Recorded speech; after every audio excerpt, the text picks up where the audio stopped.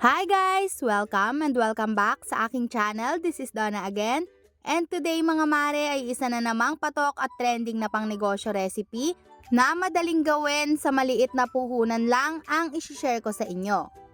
At kung naghahanap naman po kayo ng pangmerienda na talaga namang nakaka-refresh sa sobrang init ng panahon, ganito naman ang subukan nyong gawin mga mare at sigurado kung ma-enjoy ninyo. So tara na guys, wag na nga nating patagalin at samahan nyo akong gumawa ng isa na namang coffee drink na talagang mai-enjoy nyo ngayong summer.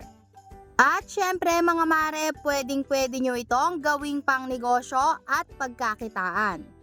So ang una nating gagawin mga mare ay yung ating coffee or yung ating pang toppings na coffee.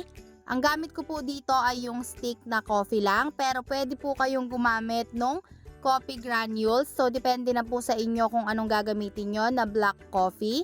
And then, naglagay lang din po ako dito ng sugar at ng hot water. At gagamit lang ako dito mga mare ng hand mixer or yung ating electric mixer. At ito po yung gagamitin natin para maging foamy itong ating coffee. And kung wala naman kayong hand mixer mga mare, ay pwede rin naman kayong gumamit ng wire whisk. Medyo matatagalan nga lang pero pwede rin naman. Pero mga mare, kung gagawin nyo na nga talaga itong pang negosyo, ay suggest na talagang mag-invest kayo sa mga ganitong gamit para po mas mapadali ang inyong mga trabaho. So, i-beat lang natin to mga mare at hintayin lang natin hanggang sa maging foamy.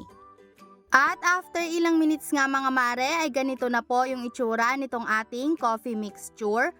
So, pwede na yan guys. Ang gagawin po nating next ay isi-set aside lang muna natin itong ating coffee mixture. At next naman mga mare ay mag-a-assemble na tayo. So, naglagay lang po ako nitong ating ice or yung ating yelo dito sa ating mga cup. At sunod naman ay maglalagay lang ako dito ng coffee jelly. So, depende na sa inyo mga mare kung gaano karami ang ilalagay nyong coffee jelly. And then next naman ay maglalagay na tayo dito nitong ating gatas. At para po sa mga magtatanong kung paano ko ginagawa yung aking gatas, para po ma-share ko sa inyo yung exact measurements at yung mixture na ginagawa ko para sa aking milk mixture.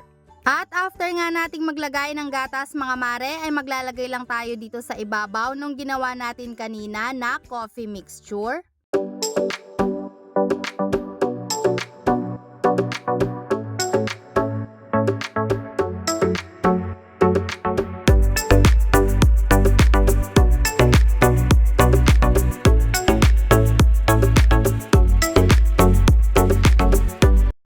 Ganun lang kadali mga mare at meron na tayong patok at refreshing na pang negosyo ang ating coffee drink na pang negosyo.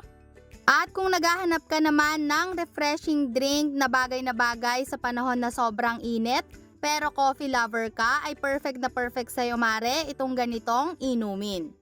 So hanggang dito na lang guys, sana po nagustuhan nyo ang ating pang negosyo recipe for today. And thank you so much for watching and see you again on my next video. God bless!